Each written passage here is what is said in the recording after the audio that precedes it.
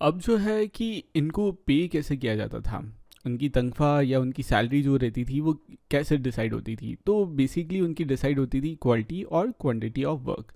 कितनी अच्छी क्वालिटी, कितनी अच्छी क्राफ्टमैनशिप उन्होंने दिखाई है और कितनी ज़्यादा उन्होंने काम किया है, उस बेसिस पे उनको पे कर दिया जाता था। जो औरतें जिन्हें अलाउड नहीं था कि वो अपने घर को छोड़ दे, तो उनके पास जो रॉ मटेरियल आता था वो दूसरी मेड सर्वेंट उन्हें रॉ मटेरियल सुप्रिटेंडेंट से लेके दे देती थी और फिनिश वर्क उनके घर से उठा लेते थे। फिर फाइनली जो फिनिश वर्क किया है, मैं आपको थोड़ा सा समझा देता हूँ ये टेक्निकल टर्म। रॉ मटेरियल मतलब कच्चा मटेरियल, कच्चा माल, और फिनिश प्रोडक्ट मतलब पूरा काम किया गया माल।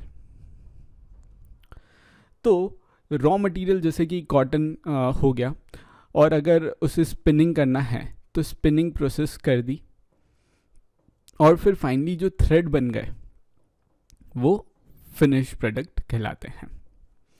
अगर स्पिनिंग नहीं की, स्पिनिंग की जगह वीविंग की गई,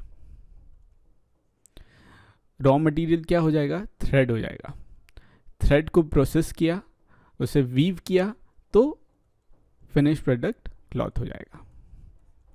ठीक है, तो ये टर्म्स आपको थोड़ा सा समझना था, इसलिए मैंने बता दिया है।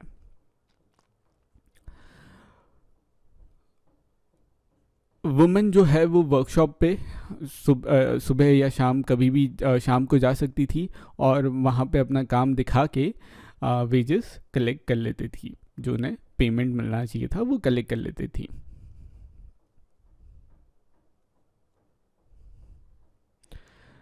लाइट होनी चाहिए थी उस समय जब कि उनका काम देखा जा सके, और सुप्रिटेंडेंट जो रहता था उससे अलाउ नहीं था कि वो वुमेन से इधर उधर की बात करे, नहीं तो उसे पनिशमेंट मिलती थी।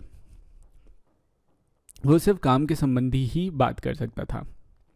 जो औरतें काम नहीं कर पाती थी, वो फिनिश नहीं कर पाती थी, तो उन्हें या तो फाइन करना पड़ता था, फाइन पे करना पड़ता था, यानी कि पेनल्टी पे करनी पड़ती थी, या फिर उनके थम्स काट लिए जाते थे, अंगूठे काट लिए जाते थे, जो कि बहुत ही सीवियर लगता है हमें कि ये तो बहुत गलत हो गया, बट ऐसा अर्थशास्त्र में लिखा हुआ है, उस समय का यही कानून होगा।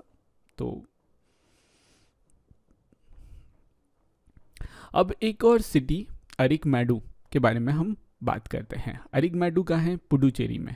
पुडुचेरी कहाँ है, तो यहाँ है पुडुचेरी, और अरिकमेडू यहाँ पे है।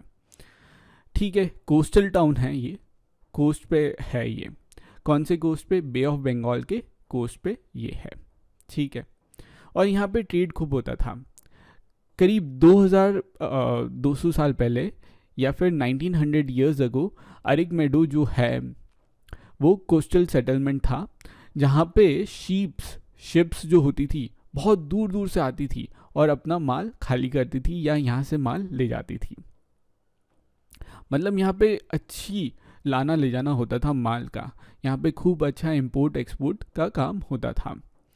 और यहाँ पे चूंकि माल बहुत आता था तो एक बहुत बड़ा ब्रिक स्ट्रक्चर बनाया गया, जो आज भी हमें मिला है इस साइट पे, जहाँ जिसे वेयर हाउस भी बोलते हैं। वेयर हाउस क्या करता है, वेयर हाउस ये करता है कि माल को रखने की एक जगह हो जाती है, जो गुड्स आ रहे हैं या जो जाने वाले हैं उन्हें रखने की जगह हो जाती है।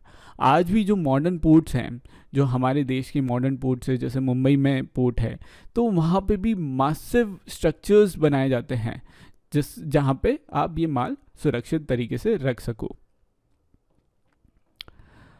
तो उस ज़माने में भी बनाए गए थे। और वहाँ पे जो हमें और गुड्स मिले हैं वो है पॉटरी। पॉटरी मिली है हमें मेडिटेरेनियन रीजन की। अब ये मेडिटेरेनियन रीजन है क्या, तो मैं आपको बता देता हूँ। ये है इंडिया, और ये काइंड ऑफ यूरोप है, और ये यूरोप है, और यहाँ पे ये सी है, आपको दिख रहा होगा। इस सी को मेडिटेरेनियन सी बोला जाता है। थोड़ा सा डिफ़िकल्ट लैंग्वेज है, इसे थोड़ा सा याद अपन ऐसे करेंगे, लिख के याद करेंगे। मेडी टेरे RRA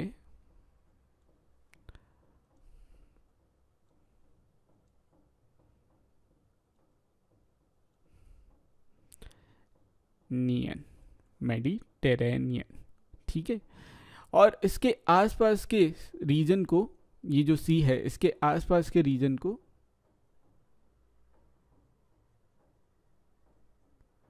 मेडिटेरेनियन रीजन कहा जाता है। और यहाँ से सामान आया हुआ है, क्या क्या सामान आया हुआ है यहाँ से, एम्फोरे करके जो जार्स होते हैं वो आए हुए हैं। अब ये जार्स कैसे दिखते हैं और इनका क्या काम होता था, तो पहले मैं बता देता हूँ। इनका काम होता था लिक्विड्स होल्ड करने का, जैसे वाइन और ऑयल हो गया, तेल हो गया, उन्हें होल्ड करने का। ये है एम्फोरे जार्स।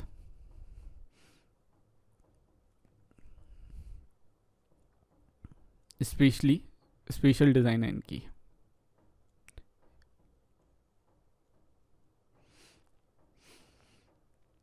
ठीक है, ये क्या होते हैं, टॉल होते हैं, डबल हैंडल्ड होते हैं, अब हम देख चुके हैं उसके हैंडल्ड, और लिक्विड को स्टोर करने के काम में आते हैं। दूसरा हमने stemmed glazed red glaze pottery भी देखी है, स्टेम्ड रेड ग्लेज पॉटरी भी देखी है, जिसे एरेटाइन वेयर बोलते हैं, एरेटाइन वेयर।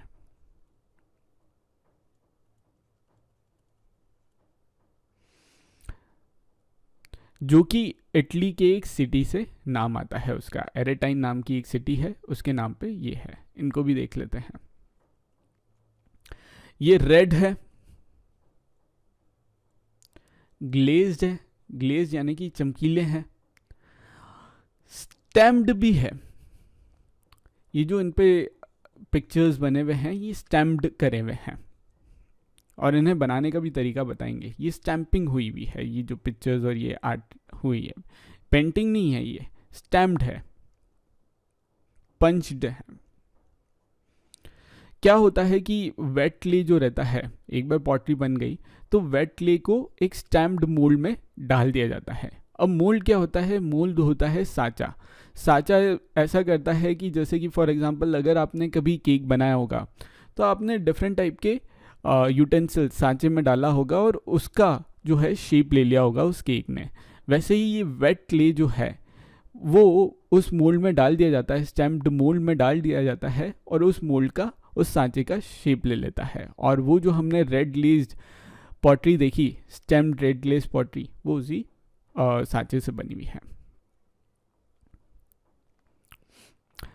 अगेन ये रोमन डिज़ाइन है। रोमन यानी कि इटली जो एरिया है उस एरिया को पहले रोम भी बोला जाता था, रोमन एरिया भी बोला जाता था। साथ ही साथ रोमन लैम्प्स भी हमें मिले हैं, ग्लासवेयर भी मिले हैं और जेम्स भी मिले हैं। रोमन लैम्प्स भी दिखा देता हूँ मैं आपको। ये है रोमन लैम्प्स, और रोम है कहाँ मैं आपको वो भी दिखा देता हूँ। ये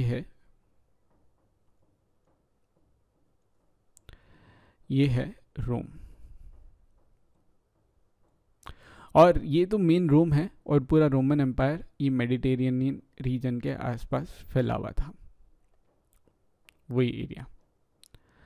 रोमन लैम्प्स आप देख लीजिए, ऑब्जर्व कर लीजिए। रोमन लैम्प्स देखिए अलग टाइप के, हमारे दिए से कितने अलग होते हैं। यहाँ पे बाती फिट हो जाती होगी यहाँ पे, और यहाँ से तेल डाला जाता होगा, कुछ इस टाइप से होता होगा रोमन लैम्प्स।